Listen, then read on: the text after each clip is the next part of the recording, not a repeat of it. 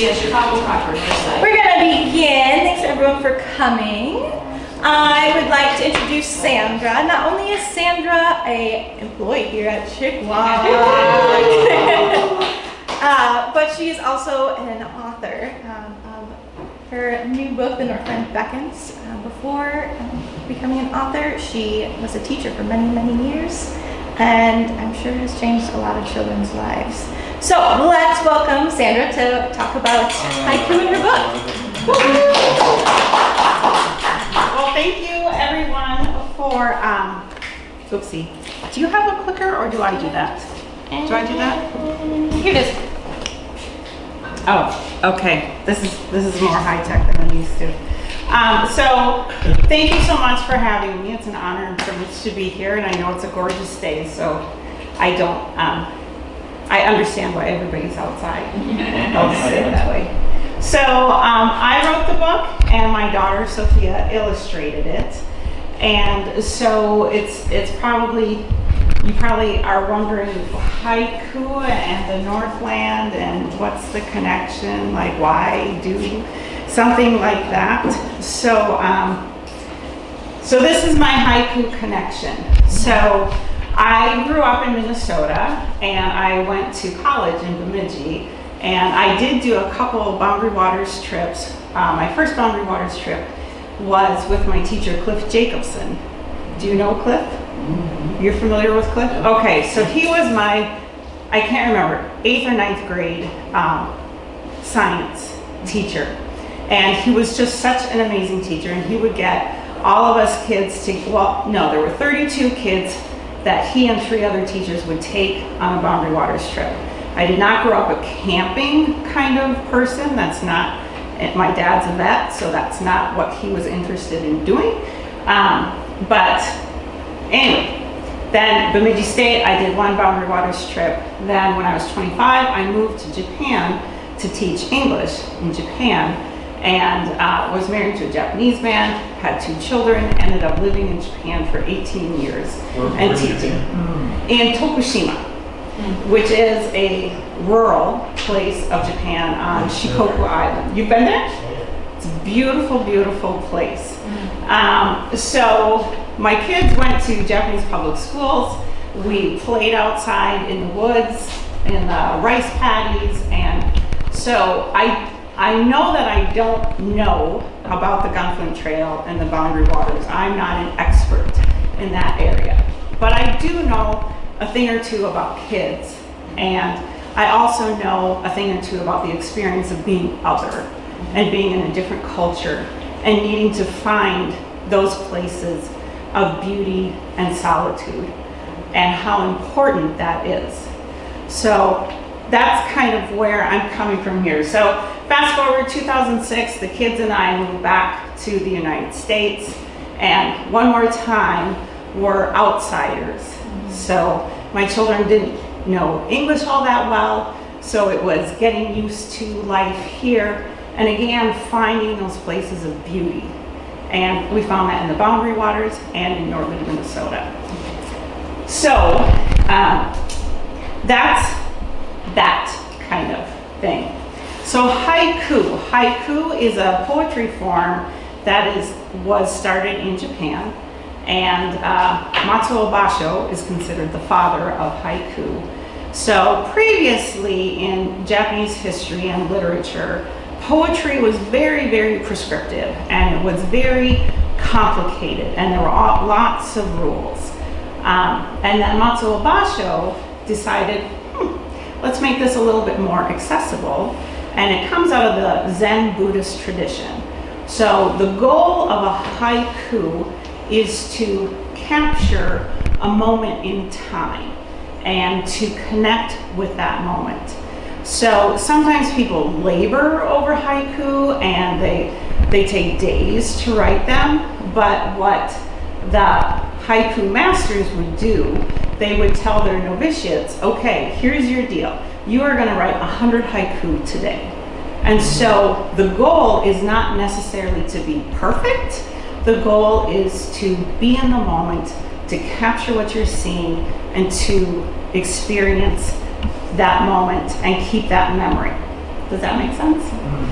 So it changed, the whole form of poetry kind of changed from this really complex structure to becoming more accessible to your everyday person and writing down what you're experiencing in 17 syllables. That's sort of how they did that. So this is one of my favorite of Basho's haiku.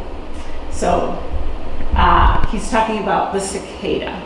And if you've spent time in a place where there are a lot of cicada, you know that the sound can be deafening. They are so loud.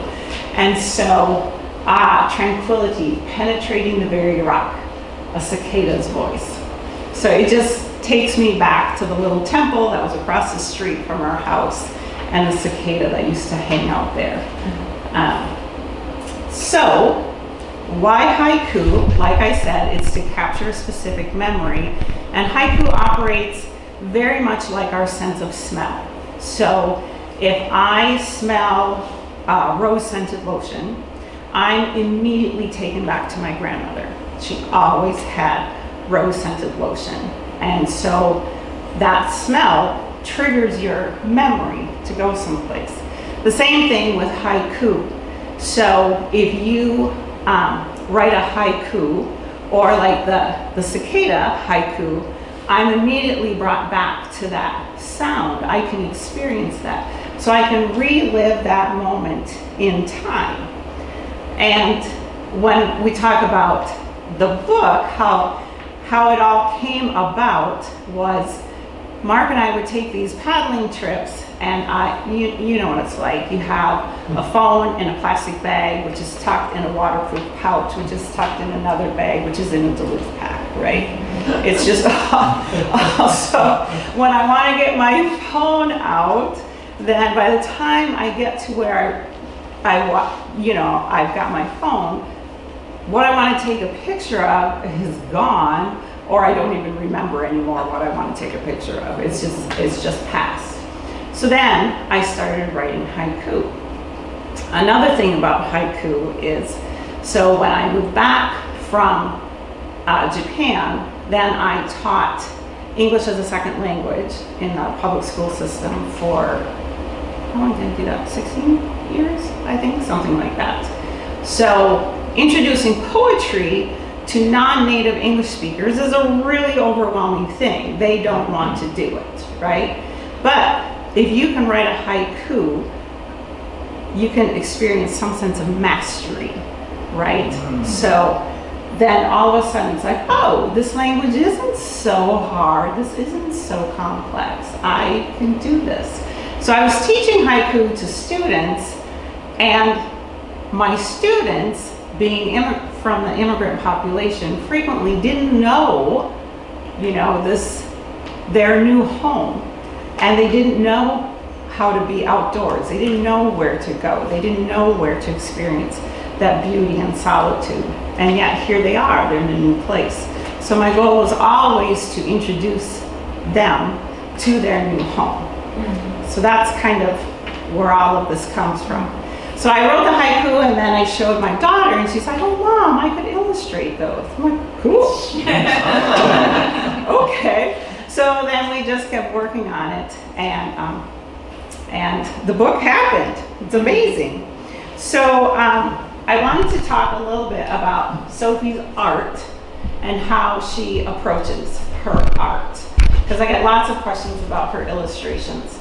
So this is a picture I took. I think that was in the Quetico somewhere, but you know what that's like, to look up at the night sky and to see those gorgeous trees, and then at night to see the stars. And so that's how Sophie envisioned it. And I love what she's done. And she takes her approach. She likes sort of a realistic, but she likes the Japanese kawaii sentiment. Do you know the word kawaii? Yeah? So it means cute. Oh yeah, those little figures that they're working on. Yeah, there's nothing cuter than Japanese stationery. I mean, it's pretty phenomenal. Or a Sanrio store, that's all fun stuff. So she sort of took her her vision in that direction. Here's another one. So this is actually a photograph that Mark took of a moose that we saw on Rose Lake. And so then that was Sophie's rendering of it. And then this is a sunrise. And this one she does make look pretty realistic. And then there are other ones where I didn't have pictures. So she sort of had to work on these on her own. But the frog in the rain, nothing happier than a smiling frog, right? And then the mosquito dance. So none of us want to be caught up with the mosquitoes when they're dancing. So that's sort of, and she originally thought that she would do the artwork using watercolor or colored pencils, but then she ended up using Procreate on her iPad. So it's just this amazing art form now that we can do digitally. Another reason I want my students to write haiku and myself is to get ourselves off of technical devices, right? And then I find it kind of ironic. Oh, so artwork is on a technical device. So not sure if I figured all that out. So writing a haiku. So this is a haiku workshop. So we'll all have the opportunity to write a haiku. So it's 5 syllables in the first line, 7 syllables in the second line, and then 5 syllables in the last line. And then the really important thing is try to remember to have fun, to enjoy the process, and figurative language, and word choice. And Mark swears that he never learned figurative language in school. And I'm like, I'm thinking you weren't paying attention at that time. So because I did a workshop at the Wabasha Library, and there were a bunch of 4th and 6th graders, and they were able to answer these questions. I'm like, no, I'm thinking you learned it in somewhere between 4th and 6th grade, just didn't pay attention.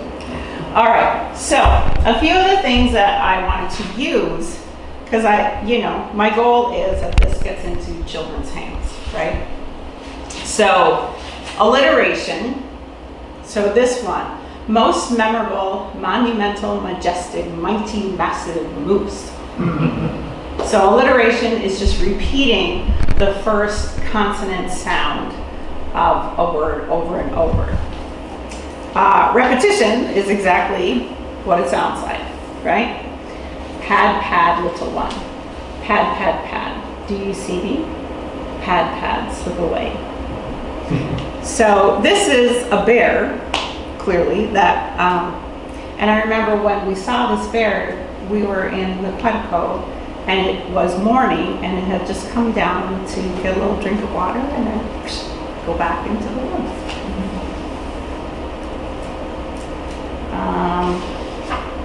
Okay, simile. What do we know about a simile?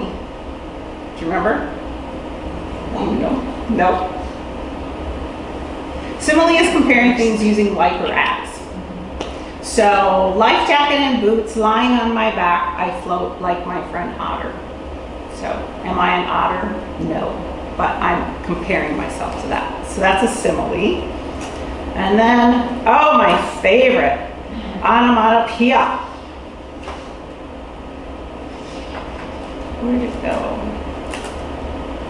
So onomatopoeia is just words that sound like the sound, right? Like in English it would be like buzz, splash, flicker, things like that.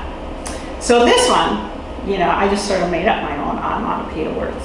Splotchety, split, splat, pit, pat, pitter, pat, thumpety, whoosh, sloop. So that's sort of the thought of the rain first comes down just a little bit, then a little bit harder, and then it's a torrent.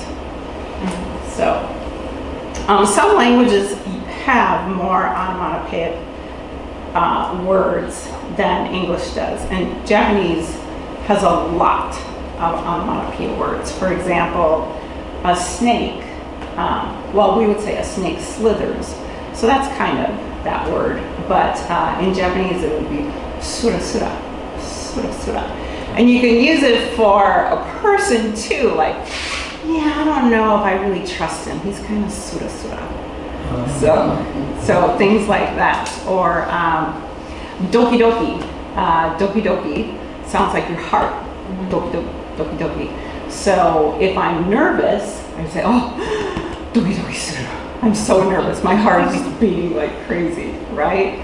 Or if somebody comes in and they're really loud and mad, we say, he came in the room to dong, dong. So, and it's just a part of speech, but it's just kind of fun. It's sort of musical that way. Let's see, the next one is rhyming. So Mr. Fisher goes a-walking through the campsite, I'm a-stalking too.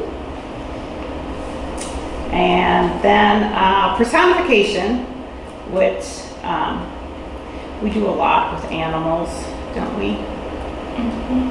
That's when we attribute human characteristics, human characteristics to an animal, like our disco-loving mosquitoes. So between setting sun and night is mosquito dance. Try not to join them. And then the last metaphor is saying something is something which it is not, right? So this is the very last one. Sky milkmaid prepares decadent swirling cocoa, twinkling marshmallows. So I'm saying the sky is a huge cup of cocoa and the stars are twinkling marshmallows in it. And then word choice. So especially with kids, it's hard to get kids to be more exploratory with their language. So you sort of have to work on that a little bit. For example, diminutive pure indigo spheres of delight nestled in green leaves. So just letting your mind wander and play with those words to describe something. So that's that piece of the book. And does it have to be about nature? So many times haiku are about nature or natural things, but it doesn't have to be. So I've been doing a few of these workshops, and this first one by Sarah just brought tears to my eyes. Dusk on the trinkets. When did I last clean the shelves? They're pieces of you. And she had written this in honor of her father who had passed away. And so I think we all know that feeling, that sense of loss when somebody's gone and you just can't touch the objects that they have left. These other three are all written by our friends who took a trip to Mexico to see the eclipse. And it turned out to be a rather dismal trip, apparently. And my book had just come out, and so in honor of that, they wrote haiku of their trip. So, I mean, if you want to remember the bad things too, that's okay.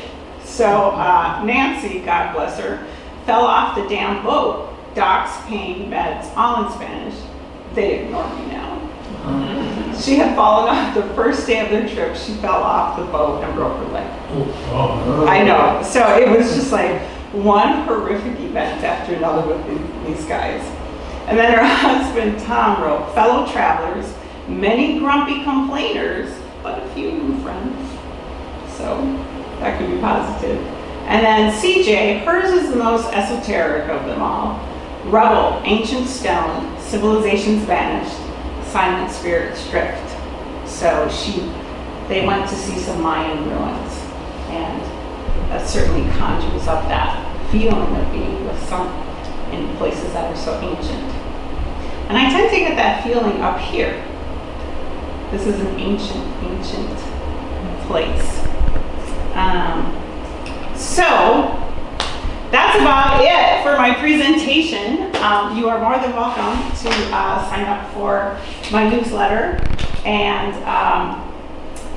I have lesson plans on the website for anybody who would like to teach the book or learn more about Japanese history. Or I do have resources on the Gunpoint Trail as well. So, yeah. Are there any questions? I have a couple questions. So just before you started on your referencing of the Japanese language, I was just about, I was thinking, I wonder how you talked a little bit about the culture, and then also you're looking for a place of just kind of peace and solitude. How did besides what you just referenced, how did the Japanese language, did that affect how you look at haiku, that language itself? How you look at haiku and... Yeah, so Japanese, because Japanese is very phonetic, right? So you have 5 vowels, a, I, u, a, o. And then before every vowel, you have a consonant. So, for example, ka, ki, ku, ke, ko. So it's a little bit easier, I think, in Japanese to write a haiku because of those, you have those, very clear syllabic distinctions. Whereas English, you can have a word like strength, right? S-T-R-E-N-G-T-H. That's 8 letters, but it's 1 syllable, right? So that gets confusing when you think linguistically, right? So that makes it a little bit trickier. And then when we write haiku, like hour, is it hour? Hour. Right? Sometimes, and then sometimes I Google it because I'm like, let's look how many syllables there are. But yeah, it does make it a little bit different. And then translating it's really hard to translate a haiku into the exact syllabic structure. You can get the words and you can get the meaning, but getting it to be a true haiku in both languages is really hard. Yeah. What ages is the book appropriate for? So generally speaking, haiku is taught anywhere between 3rd and 6th grade, around there. Yeah. That's about where we do haiku. But I taught haiku for much older students who are newer English speakers. So they have to learn poetry in high school too, but if they have just arrived from a foreign country and are not native English speakers, then haiku is one of those accessible forms. Or for adults, non-native English speaking adults, it's kind of a good introduction to playing with the language. I just had a friend that published a poetry book, and I haven't looked at it very closely, but I haven't had the opportunity yet. But I noticed that she wrote a haiku, but she had stanzas to that. Would that ever appear in? So like she had, 5 different haiku, but they were somewhat related. So like one poem, but 5 stanzas of haiku. Would you see anything like that? Oh yeah, okay. Yeah, you can do that. And Basho wrote like several haiku on cicadas. Okay. He clearly likes cicadas. Yeah. And frogs. He wrote quite a few on frogs and water. Yeah. So yeah. I mean, I'm not somebody who gets really bent out of shape about the rules, but I think that's really beautiful if you have a theme and then you just keep writing haiku about that theme. I think that would be beautiful. Yeah. So is the 5-7-5, is that rule really strict? Or? Well, for the haiku. Yeah. Okay. Yeah. That is strict. Yeah. So, and then somebody had mentioned something about the reverse haiku, and I don't know that's 7-5-7. I've never heard of that. So there's something called is it tanku? Tanka. Tanka, that's what it is. this? The And that's tanka is- related, or? Yes, it is a little bit of an extension of a haiku. So it's 5-7-5-7-7. So you can go a little bit more in depth with a tanka on one specific subject. Yeah. The thing about the haiku is you have to be, really, I'm going to write about this one very tiny thing because you only have 17 syllables to do it in. Yeah. So in Japan, are they written in hiragana or katakana or?